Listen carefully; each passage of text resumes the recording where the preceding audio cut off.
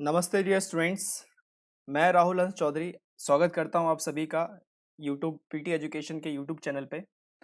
आज हमारा जो मॉड्यूल है कॉन्स्टिट्यूशन ऑफ इंडिया, उसमें जो हम टॉपिक आज लेने जा रहे हैं वो है फंडामेंटल राइट्स, यानी कि मौलिक अधिकार। तो आज हम सीखेंगे मौलिक अधिकार क्या है, इसके क्या क्या माइनर डिटेल, हम सब कुछ इसको बारीकी से देखेंगे और साथ ही साथ हम इससे रिलेटेड एक सवाल भी देखेंगे कि पेपर में, परीक्षा में सवाल किस तरीके का आया जाता है।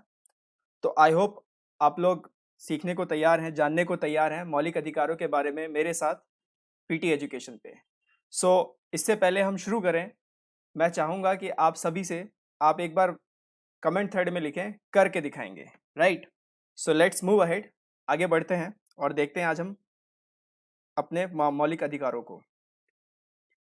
फंडामेंटल राइट्स, फंडामेंटल राइट्स जो हैं वो हमारे संविधान के पार्ट थर्ड भाग 3 और अनुच्छेद 12 से 35 में दिए गए हैं। It embodies in part third from article 12 to 35 for Indian citizens, भारतीय नागरिकों के लिए। जब भी हम मौलिक अधिकारों की बात करते हैं, फंडामेंटल राइट्स की बात करते हैं, तो उससे पहले हमें दो चीजों का ध्यान रखना होता है। पहला हमारा राज्य यानी स्टेट, और दूसरा सिटीजन, नागरिक, जिसके लिए वो अधिकार बनाए गए हैं। तो स्टेट वर्सेस सिटीजन का जो कंसेप्ट है वो फंडामेंटल राइट्स को ध्यान रखना होता है। तो फंडामेंटल राइट्स के संदर्भ में, मौलिक अधिकारों के संदर्भ में अनुच्छेद 12 स्टेट की डेफिनेशन देता है। किसकी डेफिनेशन देता है? स्टेट की, कि एक स्टेट होता क्या है, व्हाट इज एन स्टेट। तो वो आपका आर्टिकल 12 डिफाइन करता है। तो स्टेट में आपकी आती हैं सरकारें, आपके पार्लियामेंट, संसद, आपकी राज्य सरकारें, राज्य विधायिका, राइट। उसके बाद सारी लोकल अथॉरिटीज जैसे डिस्ट्रिक्ट बोर्ड्स वगैरह। अदर अथॉरिटीज भी आती हैं लाइक एलआईसी और ओएनजीसी, जो गवर्नमेंट के कंट्रोल में है, एलआईसी एंड ओएनजीसी। उसके बाद सवाल एक उठता है कि क्या हम प्राइवेट इंडिविजुअल को स्टेट बुला सकते हैं? तो आंसर इज यस। हम एक प्राइवेट इंडिविजुअल को स्टेट बुला सकते हैं जब तक कि वो हमारे टेरिटरी के अंदर अंडर में है और सरकार के नियंत्रण में है। तो हमने देखा कि स्टेट क्या होता है, राइट। तो इसी के साथ मैं आपसे एक सवाल पूछना चाहूंगा कि आप लोग मुझे अंतर बताएं कि what is the difference between a state, a nation and a country. राज्य, राष्ट्र और देश, इसके बीच का मैं आपसे अंतर जानना चाहूंगा। आप मुझे कमेंट थ्रेड में बताएं, कमेंट करके, कि what is the difference between a state, a nation and a country. उसके बाद आता है हमारे पास आर्टिकल 13 का सेक्शन 2, आर्टिकल 13 सेक्शन 2। तो इसमें हमसे बोला गया है कि state shall not make any ordinary law which takes away और abridges any fundamental right conferred by part third of constitution. कि राज्य जो है कोई भी ऐसे कानून नहीं बना सकती हैं जो पार्ट थर्ड में आने वाले फंडामेंटल राइट्स को छीने या उन्हें हमसे दूर रखें, सिटीजन से उनको दूर रखें। फिर भी अगर राज्य कोई ऐसा कानून बना लेती है कि जिससे फंडामेंटल राइट्स वायलेट हो रहे हैं, तो न्यायिका उस कानून को नल एंड वॉइड डिक्लेयर कर सकती है। तो ये हमारे आर्टिकल 13(2) में दिया गया है कि हम ये राज्यों को खासकर निर्देश है, राज्य मतलब जो हमने आर्टिकल 12 में डिफाइन किया है ऊपर, राज्य को खासकर निर्देश है कि वो किस तरीके के कानून बना सकती है रिलेटेड टू फंडामेंटल राइट्स और वो उसको वायलेट ना करें। अदरवाइज जुडिशरी कैन, बीच में जुडिशरी उसमें कंट्रावीन करके उसको नल एंड वॉइड डिक्लेयर कर सकती है। Let's move ahead. ये कुछ बेहतरीन फीचर्स है फंडामेंटल राइट्स के और एग्जाम पॉइंट ऑफ व्यू से बहुत ही ज़्यादा इंपॉर्टेंट है, क्योंकि ये डायरेक्ट ऐसे के ऐसे स्टेटमेंट्स क्वेश्चंस में स्टेटमेंट के तौर पे दिए जा सकते हैं, राइट। तो पहला है जैसे fundamental rights is an integral part of Indian constitution, बिल्कुल सही बात है। दूसरा, इट इज जस्टिसिएबल, जैसे हमने प्रियम्बल के लेक्चर में पढ़ा था वो जस्टिसिएबल नहीं था, but fundamental right is justiciable. इसके बाद it is also known as dignity of individual, right against state, ये वो अधिकार हैं जो हमें राज्य के खिलाफ मिले हैं, मतलब राज्य से बचाव के तौर पे फंडामेंटल राइट्स हैं। उसके बाद ये रिस्ट्रिक्टिव और लिमिटेड भी है इन नेचर में, ऐसा नहीं है कि ये मतलब ओपन टू ऑल है, some restrictions are there, they are not totally absolute, पूरी तरीके से एब्सोल्यूट नहीं है, बट क्वालिफाइड इन नेचर। उसके बाद इनमें पॉजिटिव भी हैं और नेगेटिव भी हैं। कुछ fundamental rights are positive in character and कुछ fundamental rights are negative in character. और उसके बाद इमरजेंसी के दौरान इनमें से कुछ फंडामेंटल राइट्स जो हैं वो सस्पेंड भी हो सकते हैं, कुछ नहीं भी होते हैं, लेकिन most of them got suspended. उसके बाद बहुत ही इंपॉर्टेंट फीचर कि फंडामेंटल राइट्स जो है सिर्फ सिटीजन्स के लिए है, स्टेट के लिए नहीं है। स्टेट के लिए जो चीज़ें आती हैं वो डीपीएसपीज में आती हैं, हम उसे आने वाले सेशन में पढ़ेंगे। उसके बाद कुछ फंडामेंटल राइट्स जो हैं वो सेल्फ एग्जीक्यूटरी होते हैं नेचर में, मतलब वो अपने आप लागू होते हैं। जैसे आर्टिकल 14 की अगर हम बात करें तो वो सेल्फ एग्जीक्यूटरी है। लेकिन कुछ फंडामेंटल राइट्स है जिनके लागू करने के लिए हमें कानून के द्वारा उसे एनफोर्स किया जाता है। जैसे अगर मैं बात करूं आर्टिकल 17 की, तो आर्टिकल 17 जो है उसमें एनफोर्सेबल है, जबकि आर्टिकल 14 जो है वो सेल्फ एग्जीक्यूटरी है। तो some are self executory and some are imperfect, some are enforceable. Imperfect क्यों कह रहे हैं? इम्परफेक्ट इसलिए कह रहे हैं क्योंकि हम उसमें कुछ चेंजेस लाना चाह रहे हैं, उसको एक नई परफेक्शन देना चाह रहे हैं। तो यहां जो इम्परफेक्ट है ये पॉजिटिव सेंस में कहा गया है। इसके बाद क्या हम फंडामेंटल राइट्स को अमेंड कर सकते हैं? तो हाँ, कर सकते हैं, लेकिन आर्टिकल 36 के बी के तहत ये बेसिक स्ट्रक्चर ऑफ डॉक्ट्रिन को वायलेट नहीं करना चाहिए, इस बात का ध्यान रखना होता है। राइट, आई होप आपको ये फीचर्स सारे समझ में आए होंगे। इनको एक बार दोबारा से ध्यान से पढ़ के अच्छे से नोट्स बना के इनको ग्रैब कीजिएगा, क्योंकि ये एग्जाम के पॉइंट ऑफ व्यू से बहुत ही ज़्यादा इंपॉर्टेंट है। नेक्स्ट हम अपने अगले स्लाइड पे चलते हैं। फिर से हमारा एस्पिरेंट है और उसके दिमाग में कुछ सवाल घूम रहे हैं कि उसके उसके पास एक डाउट है। हम देखते हैं कि उसके डाउट को हम कैसे सॉल्व कर पाते हैं कि नहीं कर पाते हैं। तो लेट्स सी उसका डाउट क्या है। तो उसका डाउट है, how many fundamental rights are there? कितने मौलिक अधिकार हैं हमारे पास? बहुत ही लाजवाब सवाल है। ठीक है, इसमें काफ़ी कन्फ्यूज़न रहती है कि 6 हैं या 7 हैं या 9 हैं। तो बहुत ही लाजवाब सवाल है, हम इसको डिकोड करेंगे अभी। पहला, इनिशियली हमारे पास 7 फंडामेंटल राइट्स थे, जिसमें से एक फंडामेंटल राइट को 44th अमेंडमेंट एक्ट 44वें संशोधन कानून के तहत 1978 में रिपील कर दिया गया था। वो था आर्टिकल 31, जिसे हम कहते हैं राइट टू प्रॉपर्टी। ठीक, उसको रिपील करके उसको फंडामेंटल राइट से हटा के कॉन्स्टिट्यूशनल राइट और एक लीगल राइट बनाया गया, जिसे बाद में आर्टिकल 300A में डाला गया। सरकार ने ऐसा किया क्यों? क्यों उसको रिपील करने की जरूरत पड़ गई? क्योंकि जब भी कोई डेवलपमेंट प्रोजेक्ट्स किए जाने होते थे तो उसके लिए सरकार को लैंड चाहिए होता था।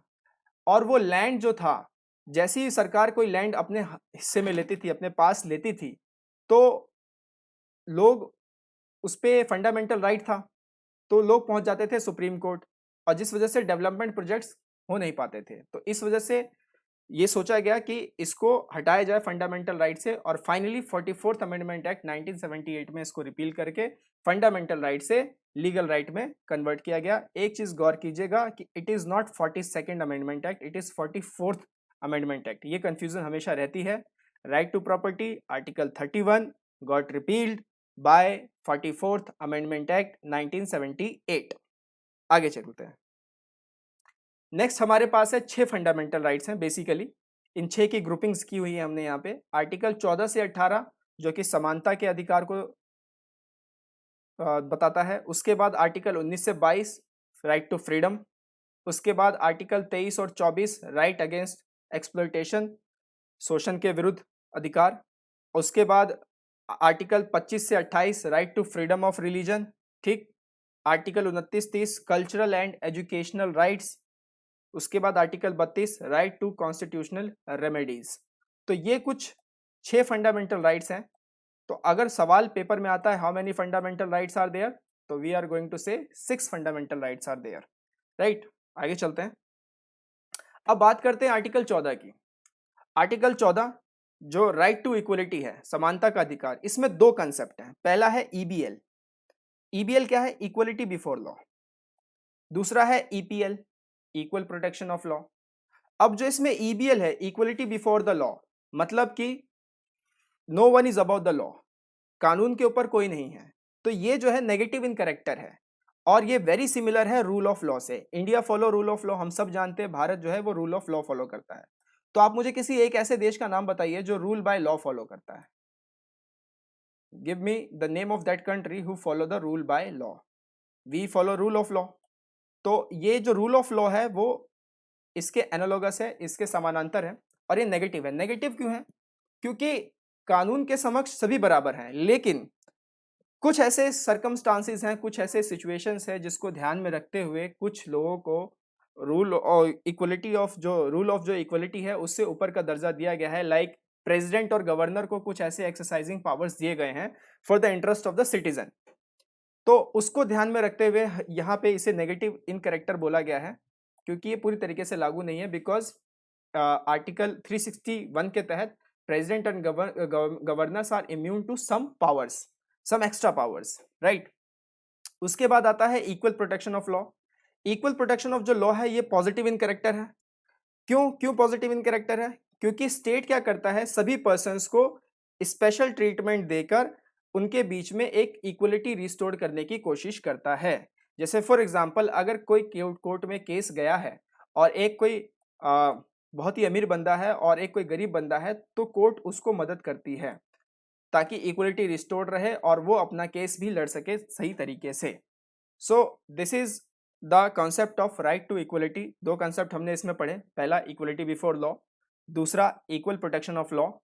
इक्वलिटी बिफोर ऑफ लॉ कैसा है कैरेक्टर में? राइट, नेगेटिव है कैरेक्टर में। इक्वल प्रोटेक्शन ऑफ लॉ कैसा है कैरेक्टर में? पॉजिटिव है कैरेक्टर में। रूल ऑफ लॉ किसके सिमिलर है? इक्वलिटी बिफोर लॉ के सिमिलर है। आपसे सवाल मैंने पूछा है, मैं आपसे इसका उत्तर जानना चाहूंगा कि वो एक किसी ऐसे देश का नाम बताएं जो रूल बाय लॉ फॉलो करता है, और अभी वो बहुत ज्यादा इशू में भी है। For a hint. नेक्स्ट कुछ एक्सेप्शन देखते हैं इसमें। पहला है आर्टिकल 361। आर्टिकल 361 मैंने पहले ही बताया था कि it provides certain immunities to president and governors, ठीक, जो हमने ईबीएल में देखा। आर्टिकल 361 ए, आर्टिकल 361 ए कहता है कि अगर सदन में या किसी भी राज्य विधायिका के सदन में कोई उनकी प्रोसीडिंग्स की जो रिपोर्ट है वो न्यूज़पेपर रेडियो पे आती है, तो वो रिपोर्ट क्रिमिनल प्रोसीडिंग्स में नहीं ली जाएगी। That would not be liable to criminal proceedings, ये बोला गया है, राइट। उसके बाद है आर्टिकल 105। आर्टिकल 105 कहता है कि कुछ भी हम सदन में कह रहे हैं या किसी कमिटी में कह रहे हैं, कुछ भी हम अपना वोट दे रहे हैं या कह रहे हैं, तो वो पर्सन, वो concern person will not be liable for any proceedings of court, उस पर कोई कार्रवाई नहीं होगी, ठीक। सेम एज फॉर राज्य विधायिका में, जो कि आर्टिकल 194 में कहा गया है। तो आर्टिकल 105 जो है वो है पार्लियामेंट के लिए, लोकसभा राज्यसभा के लिए, और आर्टिकल 194 जो है वो स्टेट लेजिस्लेटिव असेंबलीज के लिए है, ठीक है। इसके बाद आते हैं आर्टिकल 31C पे। आर्टिकल 31C ये कहता है कि अगर स्टेट को डीपीएसपी इंप्लीमेंट करने के लिए कोई कानून बनाना है और उस कानून में आर्टिकल 39B और 39C, जो हम आगे देखेंगे, आर्टिकल 39B और आर्टिकल 39C इन्वॉल्व है, तो वो कानून इस बात पे नल एंड वर्ड डिक्लेयर नहीं किया जा सकता कि वो आर्टिकल 14 को वायलेट करता है। आई बात समझ में? तो कुछ रियायतें इसमें स्टेट को भी दी गई हैं ताकि वो काम अच्छे से कर सके। तो ये कुछ एक्सेप्शंस है जो स्टेट्स के लिए भी हैं, वरना तो स्टेट फिर बोलेगा कि भाई हम हैं ही किस लिए, हम यहाँ पे क्या कर रहे हैं। फिर अगर आपको सब कुछ हमें काम करने से रोकना ही है तो हम फिर डेवलपमेंट कैसे करेंगे, ग्रोथ कैसे करेंगे। तो इन सबको ध्यान में रखते हुए ये कुछ पैमाने, कुछ एक्सेप्शंस बनाए गए हैं। Isn't it amazing, right. इसके बाद हम देखते हैं आज का हमारा क्वेश्चन ऑफ द डे। तो हम we are about to end the session, हम बिल्कुल खत्म करने वाले हैं। तो आज का हमारा क्वेश्चन ऑफ द डे है। आई होप आपको क्वेश्चंस बहुत अच्छे लग रहे होंगे, बहुत छाट छाट के क्वेश्चन और दिमाग से लगा बनाए हुए क्वेश्चन मैं लेके आता हूं आपके लिए। पहला क्वेश्चन है, consider the following statements regarding fundamental rights. Fundamental rights पे क्वेश्चन पूछा गया है। पहला है, all fundamental rights are negative in character. Second, all fundamental rights are directly enforceable. Third, they are defended and guaranteed by Supreme Court only. Fourth, they strike a balance between the rights of the individual and those of society as a whole. Which of the following statements is or are incorrect? ध्यान रखिएगा कि यहाँ पे पूछा गया है कि कौन सा गलत है। तो बूझो तो जाने में थोड़ा ध्यान से जानिए, तभी तो ध्यान से बूझ पाएंगे आप, ठीक है। इसके बाद ऑप्शन है 4 only, 2 and 3 only, 1 2 and 3 only, 1 2 3 and 4। तो इसका आंसर हम देखते हैं। आई होप आपने इसको सॉल्व किया होगा अच्छे से। तो मैं इसका सही आंसर दिखा रहा हूं and the right answer is option C. C option बिल्कुल राइट है, because 1 2 3 and are wrong, 4 is right. देखते हैं, समझते हैं। पहला, all fundamental rights are negative in character, गलत, ऑल नहीं है, some fundamental rights are negative in character and some fundamental rights are positive in character. उसके बाद all fundamental rights are directly enforceable, गलत है। क्यों गलत है? क्योंकि कुछ फंडामेंटल राइट सेल्फ एग्जीक्यूटरी भी है, हमने बात की थी इस पे। उसके बाद they are defended and guaranteed by supreme court only, गलत है। Why not only, high court भी करता है, हाई कोर्ट भी आपके फंडामेंटल राइट्स को डिफेंड और गारंटी करता है आर्टिकल 32 के तहत रिट्स के जरिए।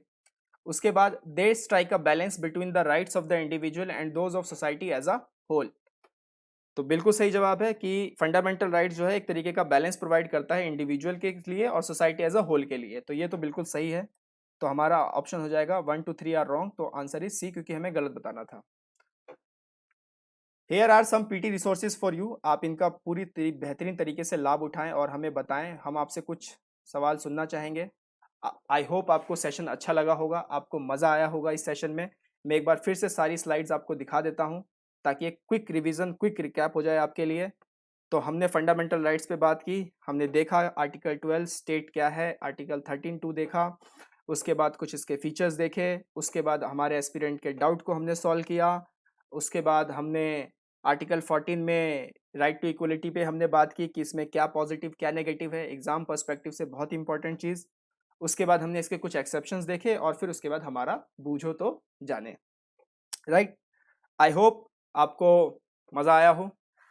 ठीक है, बताइएगा आपको सेशन कैसा लगा, किस तरीके की इम्प्रूवमेंट आप मुझसे और चाहते हैं, और बिल्कुल जोश बनाए रखिए। ठीक है, हम लोग करके दिखाएंगे। और इसी के साथ मैं आज का सेशन समाप्त करता हूं। इस वक्त के लिए इतना ही, शुक्रिया, नमस्ते, जय हिंद।